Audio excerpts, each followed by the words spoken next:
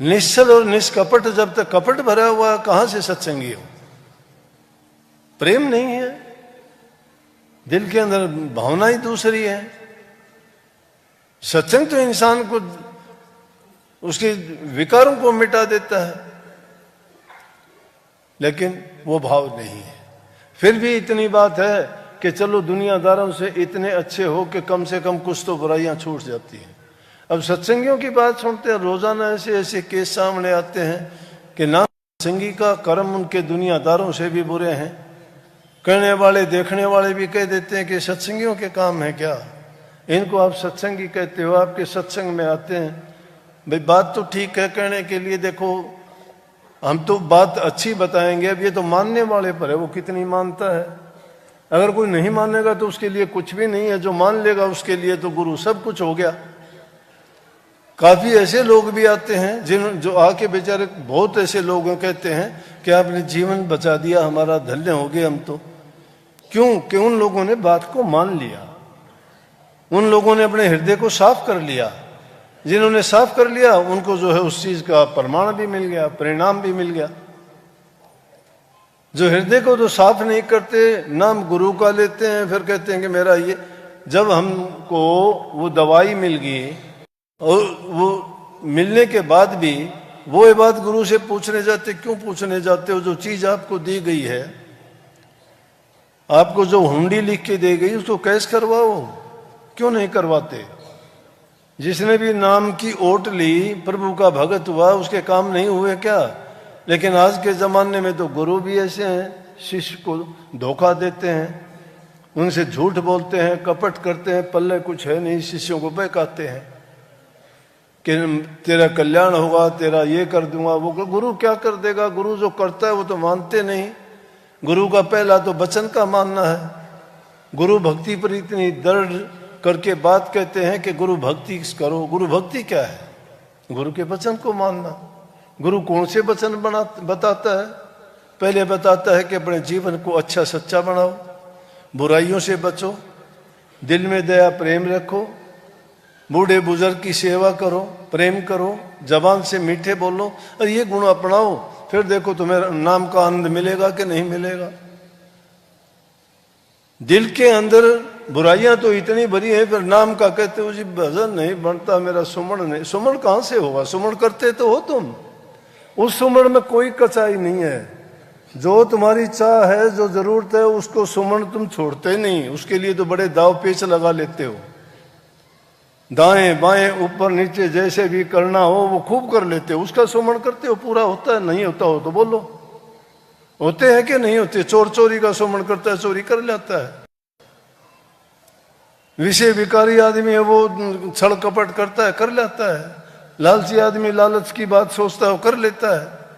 परिणाम तो चाहे कुछ भी हो, लेकिन वो अपने मन में उठे हुए विचारों की जिनका सुमन करता है, सुमन नाम का करना चाहिए। नाम वो पवित्र चीज है जो सब जरूरतों को पूरा करता है।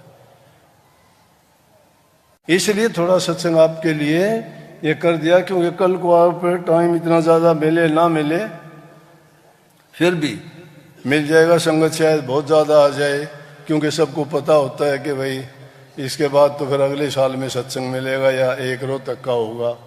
संगत इतनी ज्यादा बढ़ जाती है। थोड़ी परेशानी है कि वो आश्रम जीर्णोद्वार में अभी तैयारी नहीं हुई है, हो सकता है टाइम और एक आधा सत्संग यहाँ करना पड़ भी जाए।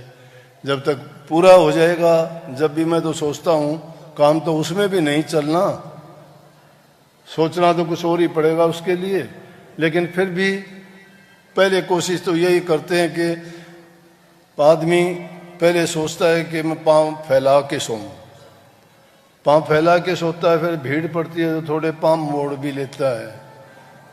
फिर मोड़ने से भी काम नहीं चलता तो और वो गर्दन वो इकट्ठा हो जाता है। फिर भी काम नहीं चलता तो बैठ के सोचता है, फिर नहीं चलता तो सोचता है खड़ा ही हो जाऊं। लेकिन आखिर में उसको कुछ ना कुछ इलाज उसका ढूंढना ही पड़ता है। तब कुणबा तो बढ़ता जाता है। अब कुणबा जब आगे से आगे बढ़ेगा तो जगह की जरूरत पड़ेगी, तो संगत भी कहाँ कितनी रोकोगे, कितनी रोकोगे, उसका इंतजाम करना। फिर सत्संग का इतनी दूर तक बैठेगी, सुनाई देने में भी दिक्कत आएगी। तो इसका इलाज तो कुछ और ही होगा, जिन्हें दिनों में ही बहुत ज़्यादा और भी ऐसा हो जाएगा, लेकिन वो बनता है, कुछ दिन तो चलेगा काम उसमें। अभी उसकी तैयारी हो जाएगी, फिर आपको नए आश्रम में वहाँ देखोगे आपको इतनी परेशानी नहीं होगी जितनी यहाँ आपको थोड़ी हो जाती है। तो कल को भी शायद संगत बहुत ज़्यादा होगी, टाइम पर मैं भी आऊँगा, तब तक आप अपने सेवा के काम में पूरी रुचि के साथ चोर उचक के जेब कतरों से बच के रहना। इन सत्संगियों में ही वो अच्छे सत्संगी मिलेंगे आपको, तुम्हारे जो है नज़दीक लगेंगे, मीठे बोलेंगे, कहाँ से आई हो, क्या करती हो, क्या ले आई हो, सब बातें करके और फिर तुम्हारी अच्छी सेवा भी कर जाएंगी जाते जाए। तो ऐसी सेवा ना करवाइयो, तुम ही कर लियो सेवा। उनकी सेवा ये है, वो उसी लालसा के लिए आएंगे, वो अपनी इच्छा पूर्ति के लिए, वो भी अपने देव को मना के आती हैं। उनके भी देवता अलग हैं, उन देवताओं से प्रार्थना करती हैं कि मेरा ये काम पूरा करवाइए, मैं आपको ये चढ़ाऊं, ये करूं, वो करूं, मैं नाम नहीं लूँगा क्या क्या कहते हो, मतलब उनके वो निश्चित है क्या क्या करती हैं, प्रसाद चढ़ाना या और कुछ, तो उनको भी रिश्वत दे के अपना काम करवाते हैं, क्योंकि वो देने वाले हैं, उनसे वो करेंगे। लेने वाला लेता है, देने वाला देता है। ये तो व्यवहार की बात है ना, तो उससे मांगोगे तो वो तो देगा, जिसके पास जो है वो वही देगा। इसलिए खूब प्रेम से सेवा करो, शांति से रहना, बच्चे इधर उधर से आए ख्याल रखना। ये जो नादान बच्चे आते हैं, कई बार ऐसी बात होती है कि आते तो हैं सत्संग के लिए, लेकिन बाद में कोई लड़कों से लड़की मिलती है, कोई बात हो जाती है। कई ऐसे केसेस आए हैं कि भाई पूछते हैं तुम्हारी मुलाकात, बोला सत्संग में हुई थी, फिर वो थोड़े दिन के बाद में बात दूसरी हो जाती है। तो ऐसी घटनाओं से मेहरबानी करके बचना। यहाँ सत्संग है, शुद्ध विचार और शुद्ध हृदय से अपना सेवा का काम करो, दूसरे विचार लेके यहाँ मत आया करो। अगर ऐसे विचार लेके आओगे बर्बाद हो जाओगे, तुम बर्बाद हो जाओगे। चोरी कचोरी छल कपट करने वाला खुद बर्बाद होता है, थोड़े दिन चलेगा, ज्यादा दिन नहीं चलता। तो इसलिए ऐसे बच्चों पर भी खास निगरानी रखनी है, क्योंकि काफी बच्चे आते हैं ऐसे। तो कल को फिर मुलाकात होगी, सत्संग, नामदान, दर्शन, मेला सब मालिक सतगुरु कृपा करेंगे, अच्छे से अच्छा हो। सबको बहुत बहुत आशीर्वाद।